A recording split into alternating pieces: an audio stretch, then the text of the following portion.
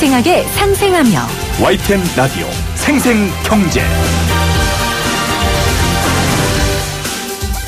안녕하세요. YTN 라디오 생생경제 김혜민입니다. 오늘 새벽 울산 농수산물 도매시장에서 큰 화재가 발생했습니다. 다행히 인명피해는 없었지만 생선가게부터 정육, 고래고기 판매점, 횟집까지 78개 점포가 불탔습니다. 곧 설이잖아요. 설에 팔려고 사놓은 물건들이 다 타버렸으니 상인분들 마음이 얼마나 어려우셨을까 싶습니다. 그런 중에 편의점 업계에서 설 연휴를 혼자 보내는 사람들을 위한 명절용 도시락을 내놓기로 했다는 기사를 봤는데요. 편의점의 명절 기간 도시락 매출은 2017년 26.4%, 지난해에는 32.9%였다고 하니 갈수록 명절을 혼자 보내는 사람들이 늘어나고 있나 봅니다. 명절이 명절 같으려면 소수만 행복한 게 아니라 많은 사람이 행복해야 하는데요. 빨리 상인분들 힘내셔서 복구하시고요. 주변에 혼자 설 보낼 것 같은 분들도 명절의 기쁨을 함께 나누실 분들 찾으셔서요. 다가오는 설 우리 모두 행복했으면 좋겠습니다. 2019년 1월 24일 YTN 라디오 생생경제 지금 시작합니다.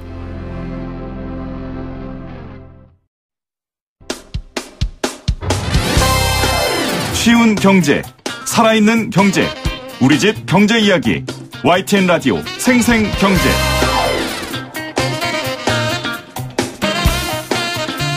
오늘 가장 뜨거운 경제 뉴스를 제일 생생하게 전해드리는 시간입니다. 정말 따끈따끈한 소식입니다. 정부가 올해 표준단독주택 공시가격 및 부동산 공시가격 현실화 추진 방향을 방금 발표했습니다. 저희가 바로 정리하고요. 분석해드리도록 하겠습니다. 창조경제연구소의 이재문 소장님 나오셨어요. 소장님 안녕하세요. 네, 안녕하세요. 네, 반갑습니다. 지금 방금 끝났어요. 네. 김현미 국토부 장관이 관련된 내용을 발표했는데요. 저희가 또 발빠른 경제방송 아니겠습니까? 네. 오늘 발빠르게 소장님 모셨습니다. 네. 제가 먼저 국토교통부에서 좀 보도자료를 받아봤는데 네. 여기에 이런 말이 있어요. 시세를 반영한 공시가격 공평과세의 시작입니다. 시세를 반영한 공시가격이 공평과세의 시작입니다. 라는 문구인데요. 네. 사실 이번 정부 들어서 공시가격 공평과세에 대한 이야기가 계속 나오고 또 공시가격을 현실화하겠다는 의지를 계속 보였었어요. 일단 아주 근본적인 질문. 부동산 공시가격 왜 그렇게 중요합니까? 네, 일단 그 공시가격 자체가 이제 그 주택 또는 재산을 가지고 있는 분들의 어떤 과세 기준이 되고 네. 한 60여 가지의 항목에서 이제 적용이 되는 거거든요. 단지 집값만의 문제가 네, 아니라. 집값만의 문제가 아니라 이제 네. 조세 성격을 가지고 있는 어떤 재산세라든지 종합부동산세, 그다음 상속 증여세 같은 경우도 그다음에 이제 재건축 초과이익 부담금이라든지 개발 부담금을 부과하는 기준이 되고요. 네. 그다음에 이제 복지 측면에서 본다 그러면 이제 기초연금이나 장애인연금 등이 적용이 되고 또 감정 보상을 받을 수 있는 감정 평가액의 기준이 되기 때문에 국민들 생활에 밀접하게 와닿는 이제 가격 제도라고 볼 수 있는데 이제 그렇죠. 이것이 이제 상당히 좀 불평등했었다라는 것이죠. 그래서 작년 2018년 7월에 이제 국토부 관행혁신위에서 공시가격을 현실화하고 네. 그리고 구체적인 실행 방안을 마련해서 조세 형평성을 세우라는 권고에 따라서 국토부가 이제 이번에 이제 안을 마련해서 이제 발표를 한 것 같습니다. 네, 저희가 관련 인터뷰 우리가 김남근 변호사와 함께 말씀 나누기도 했는데 실질적으로 이제 국토교통부에서 공시가격을 현실화하겠다는 방안을 내놓았습니다. 주택에 관한 이번에 공시가격 발표인데 주택이 아파트보다 공시가격이 더 낮았다면서요? 네. 그 이유는 무엇입니까? 그 많은 지적이 있었죠. 이제 아파트 같은 경우는 상품이 이제 표준화되고 네. 분양 가격이라든지 이제 이런 부분들이 이제 구체화돼 있었고 거래 사례들이 늘 빈번했기 때문에 공시화율을 이제 현실화하는데 상당히 이제 좀 근접해 있었는데 그렇죠. 주택 같은 경우는 이제 주택의 유형과 크기와 가격대에 따라서 거래 사례가 상당히 좀 차이가 난다라고 봐야 됩니다. 또 거래가 네. 아파트만큼 그렇게 많지 않았고 이제 이런 부분들이 있었기 때문에 이제 가격 산정 기준이라든지 현실화율을 반영하는 데 있어서 어떤 조금 이제 차이가 있을 수밖에 없었습니다. 네. 단독주택의 특성상 파악이 어려웠기 때문에 이 공시가격을 현실화하는 데에 어려움이 있었습니다. 네. 그런데 방금 전 김현미 장관이 이제 직접 표준단독주택 공시가격을 발표한 건데요. 네.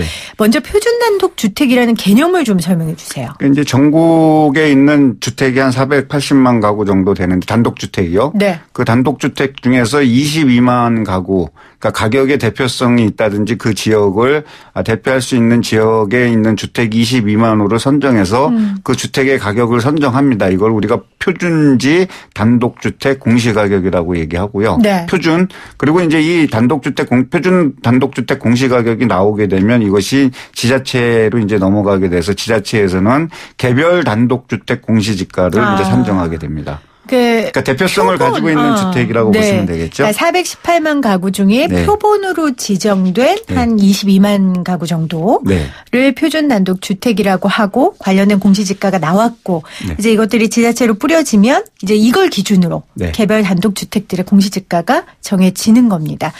아까 소장님하고도 말씀을 나눴지만 아파트보다 단독주택이 상대적으로 저평가됐었고요. 네. 또 하나 김현미 장관이 지적했던 게 가격대가 높을수록 오히려 시세 반영률이 떨어지는 경향을 보이고 있었다. 네. 이렇게 지적을 했거든요. 소장님도 이 단독주택 공시가격 현실화 필요한 부분이라고 보시죠? 네, 저도 뭐 항상 그 현실화해야 된다라는 주장을 좀 많이 했었고요. 네. 특히 이제 단독주택 같은 경우에는 이제 역차별 조세의 역진성이 두드러지게 드러난 게 한 3억 시세 3억 이하의 주택에서 살고 계시는 분들은 현실화율이 막 60% 70% 가까이 되는데 20억 30억 시가로 뭐 아니면 50억 이상 주택에 사시는 분들은 오히려 시세 반영률이 20% 30%밖에 안 되는 그런 차이가 있었기 때문에 오히려 재산이 적고 가난한 사람들 입장에서 세금을 더 많이 부담한다라는 게 단독주택 같은 경우는 끊임없이 이제 지적이 돼 왔었고 거기에 따르는 관련 연구들이나 논문들이 좀 많았습니다. 네. 그렇다 보니까 이거를 개선을 해야 되는데 이 개선을 하기 위한 어떠한 이제 방법이라든지 이런 것들이 강력하게 추진이 안 되다 보니까 이제 매년 뭐 이렇게 조금 이제 생색내는 어떠한 그런 수준으로 인상이 됐었는데 이번엔 조금 과감하게 특히 이제 시세 15억 초과되고 공시가격이 9억 원 이상 되는 고가주택에 대해서는 현실화율이 좀 강력하게 좀 반영이 됐다라고 보여집니다. 과감하게라고 표현을 하셨어요. 어느 정도길래 과감하게라고 표현을 하셨는지 저희가 여쭤보도록 하고요. 그전에 제가 좀 예시를 보도자료 준 걸 보니까요. 부산의 한 아파트는 시세가 7.5억 원이고 서울 신사동의 단독주택 시세는 16.5억 원이었대요. 그런데 공시가격은 둘 다 5.5억 원. 동일했다면. 네, 제가 아까 말씀드렸듯이 주택이 비쌀수록 공시가격 현실화율이 높아야 되는데 그게 낮다가 보니까 이거 똑같이 저기 3억 원짜리 7.5억 원짜리 시세로 그다음에 아니면 저기 16.5억 원짜리가 똑같은 시세 반영률이 저기 7억 5천짜리는 67%가 반영이 됐고 그다음에 16.5억 원짜리는 시세 반영률이 35%가 반영되다가 보니까 모두 뭐냐면 공시가격은 5억 5천만 원으로 세금을 같이 냈다는 거죠. 그러면 이 세금뿐만이 아니고 나머지 의료보험료라든지 모든 부분이 다 냈기 때문에 오히려 이제 재산을 큰 거를 가지고 있는 아니면 고가의 주택을 가지고 있는 사람들이 부담이 상당히 낮아졌고 그 부담은 결국에 가난한 사람들에게 이제 전가될 수밖에 없었던 그런 문제가 좀 있었습니다.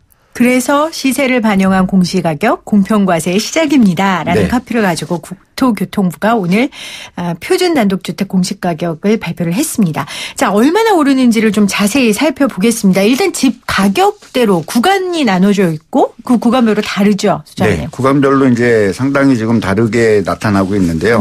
결국에 시장에서 이제 예상했던 대로 고가주택 아까 말씀드렸던 시가 15억 원 이상의 기준 시가 한 9억 원짜리 이상의 고가주택들은 상당히 반영률이 커졌습니다.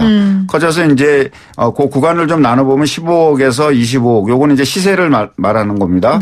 시세가 이제 15억에서 25억 정도의 주택일 경우에는 전국은 21.1%가 상승했고요. 특히 이제 서울은 23.56%가 상승을 했습니다. 또 25억짜리 이상 주택 인 경우에는 전국은 23.56%가 반영이 됐는데 서울 같은 경우는 37.54%가 반영이 돼서 시가로 따지면 이제 25억 정도 이상이 된다 그러면 현실화율을 한 50%로 본다 그러면 이제 시가 한 13억, 14억 정도 이상이 되는 주택 같은 경우는 이제 현실화율이 상당히 높아졌다라고 보여지는 거죠. 그러니까 지금 말씀하신 주택들은 15억 이상, 그러니까 고가 주택들이고요. 네.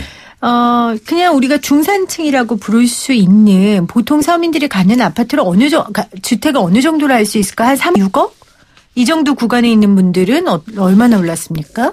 이제 그 3억에서 이제 6억 정도에 되는 시세는 네.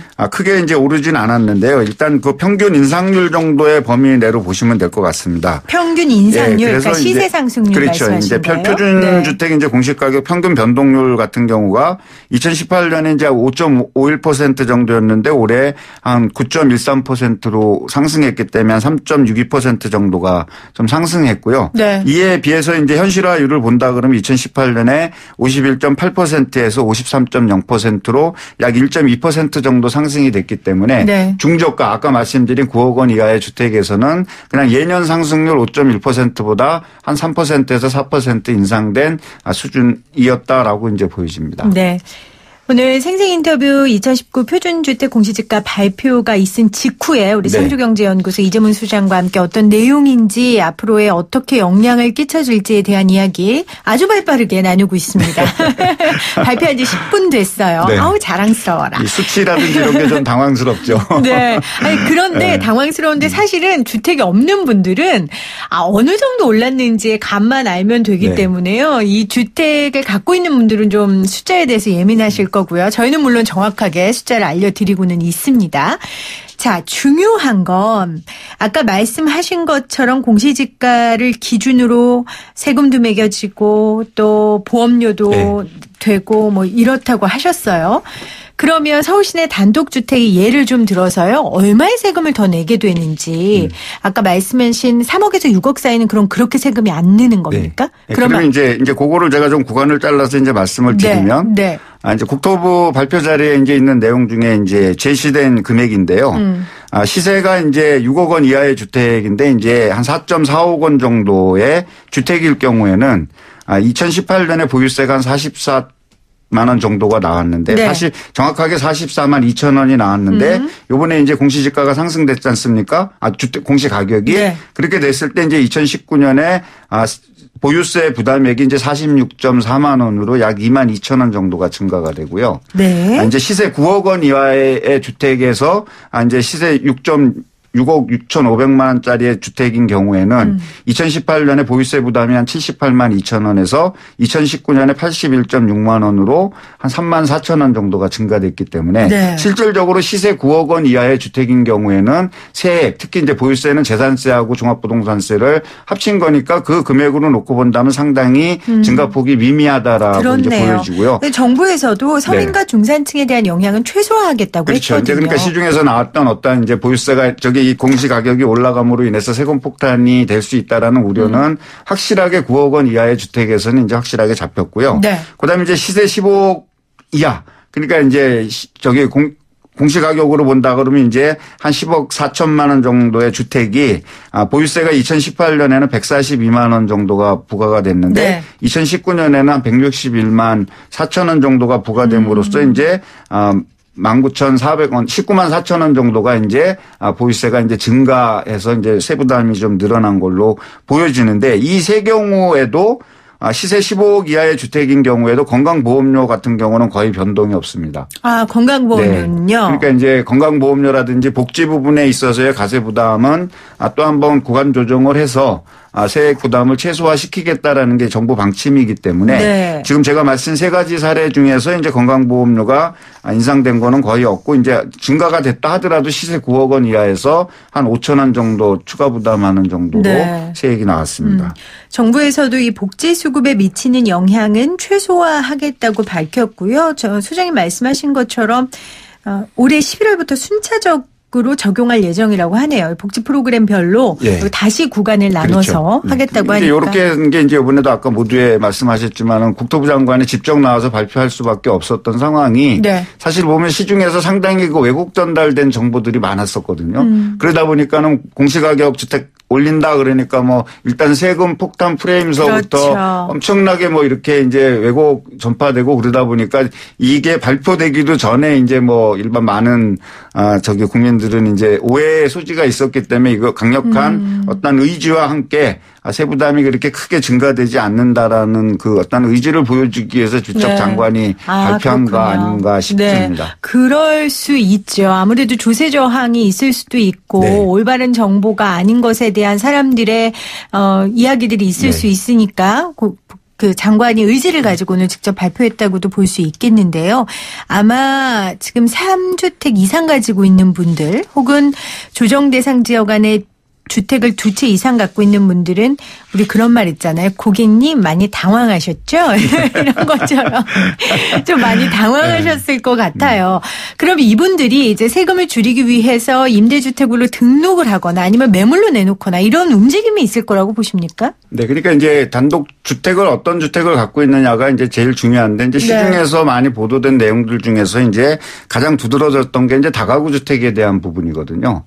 다가구 주택 같은 경우는 이제 8년 이상 장기 임대주택 사업자로 등록하는 경우에는 이제 재산세가 감면이 되는데요. 네. 특히 이제 40제곱미터 이하의 가구들로 호로 구성되어 있는 경우에는 이제 재산세가 면제되고 있기 때문에 일반적으로 우리가 시중에서 있는 단독주택의 다가구 주택에서 이제 뭐 예를 들어서 세입자가 있다든지 이렇게 했을 때 40제곱미터 규모 같은 경우는 어느 정도 갖춰줄 수 있기 때문에 이 정도 규모 내라면 재산세 자체가 면제되니까 네. 뭐 크게 우려하지 않아도 되는데 이제 고가 주택을 여러 주택을 가지고 계신 분들이 이제 예를 들어서 8년 이상의 어떤 장기 임대 사업자로 등록이 됐다 했을 경우에 이제 거기에서 이제 감면되는 폭이라든지 이런 거는 지금 말씀드린 다가구 주택이라든지 이런 부분에 비해서 상당히 좀 많이 부과를 많이 내야 된다라는 어떤 그런 부분은 현실적인 인식인 것 같습니다. 네. 아까 2시에 노중면의 더 뉴스에 그 김연아 의원이 나와서 네. 자유한국당 김연아 의원이 나와서 그런 얘기를 했어요. 문재인 정부에서 임대주택 등록자들에게 굉장한 혜택을 많이 줬다. 네. 이제 임대주택 등록자로 많이 등록하라고 네. 양성화시키기 위해서요. 그래서 실질적으로 이런 제도들이 제도가 적용돼야 할 대상들이 적용되지 않고 네. 실수요자들이라든지 그런 일반 서민들이 이 제도에 적용을 많이 받는 거 아니냐라는 지적을 했거든요. 거기에 대해서는 어떻게 정책을 생각하세요? 추진하는 데는 장단점이 있을 겁니다. 네. 어쨌든 임대주택 사업자 등록을 하라라고 얘기를 해서 상당수의 고가주택을 가지고 있는 분들이 임대주택 등록을 하면서 이제 많은 세금이라든지 이런 부분을 조금 면피하는 어떤 그런 정책적 부작용이 있었죠.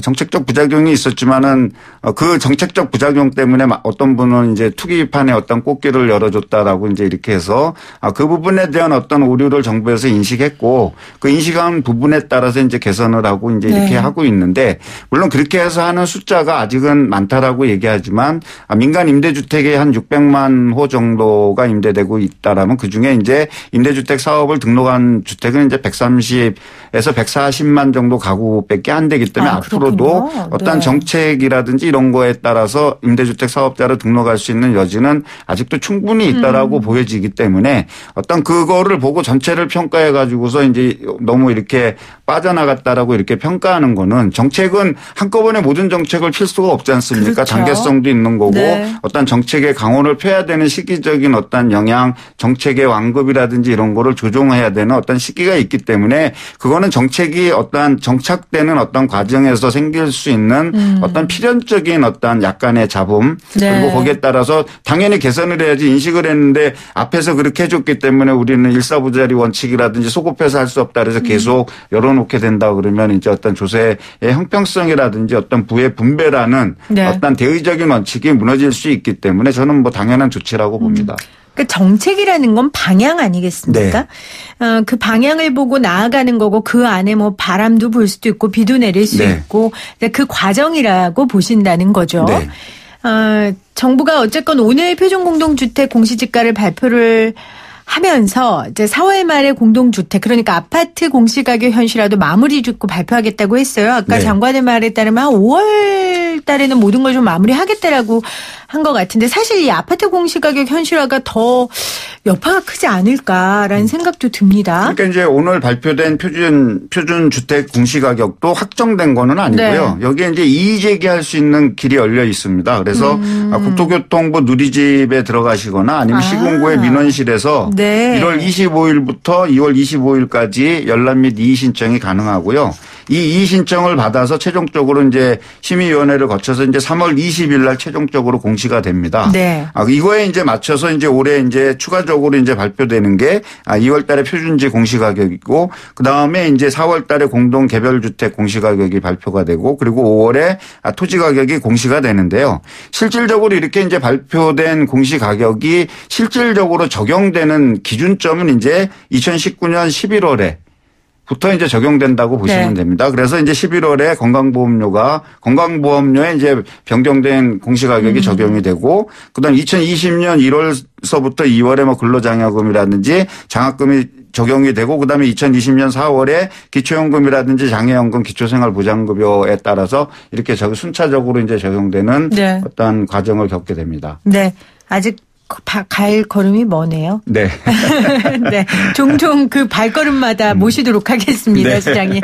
지금까지 방금 전 발표됐습니다. 2019 표준주택 공시지가 관련된 내용 창조경제연구소 이재문 소장과 말씀 나눴습니다. 소장님 고맙습니다. 네. 수고하셨습니다.